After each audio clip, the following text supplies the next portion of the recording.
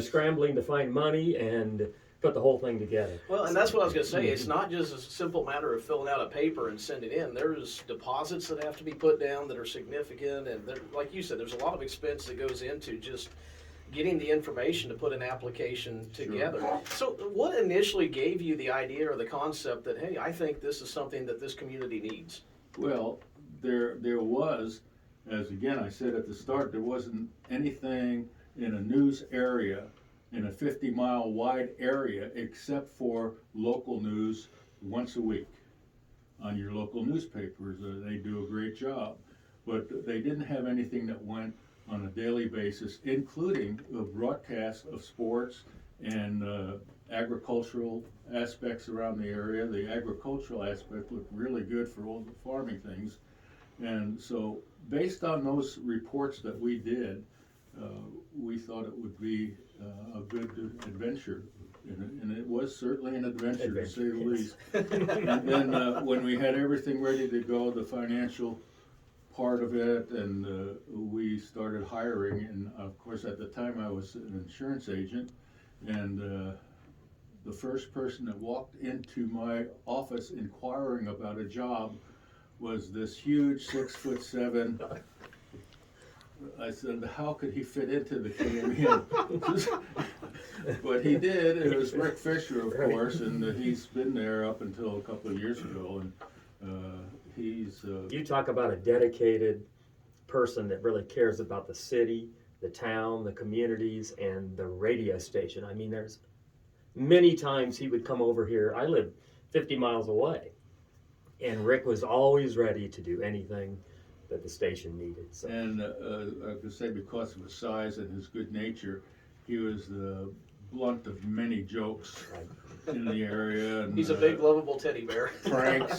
pranks, etc. And he's well regarded. Now you mentioned Rick. You mentioned Rick coming in the door to apply for the position, being the first one. I did want to ask you, and I asked Rick in an earlier interview, and he wasn't entirely 100% for certain on the list that he gave me. But who were the original staffers on the first day on the air for the station? Well, I can remember most of them. Bob Palmeter. I work with him right now. Was the he wasn't on the air as Bob Palmeter. He was Bob King. Right. And he stayed with us for about a year and a half. And Connie Foss was the first news director. And Jim Sears came a couple of years later, but he was a news director of the ages. He was outstanding in what he did and very dedicated. And Donnie Middleton was there as a part-time, but he does a lot of things now. And I have somebody else, I'm sure we'll talk about him. Donnie is probably the face of KMEM now. And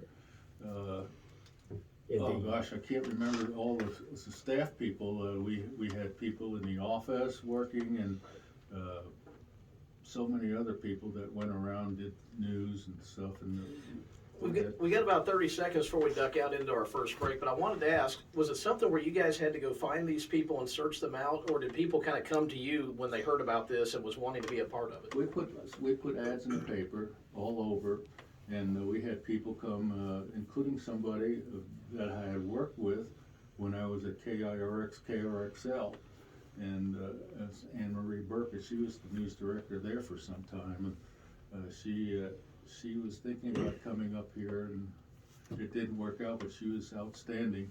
I even came, but I went to a tractor. I went to John Aylward's tractor to try to... Phil, you mean?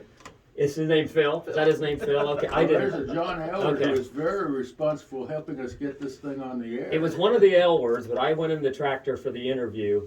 Unluckily, I did not get the job to build the station, but I was one of them. I'm glad you mentioned John, the Aylwards, right. Because John helped me, and we went to St. Louis together, and he helped me with the financial part of it and a lot of other things. He sat in the office several days and made sure we knew what was going on here. He was extremely nice to me. Phil was. Absolutely. Good family for sure. Big supporter of the station. We're going to step aside for our first commercial break of the morning. When we come back, we'll have more with Sam, Mark, and Keith and the history of KMEM Radio in just a moment. You're listening to Coffee Break on KMEM. All right, we got a 1 minute. We got to get together one of these days and just see how it was to put it all You together. still with me? How are you doing? Good.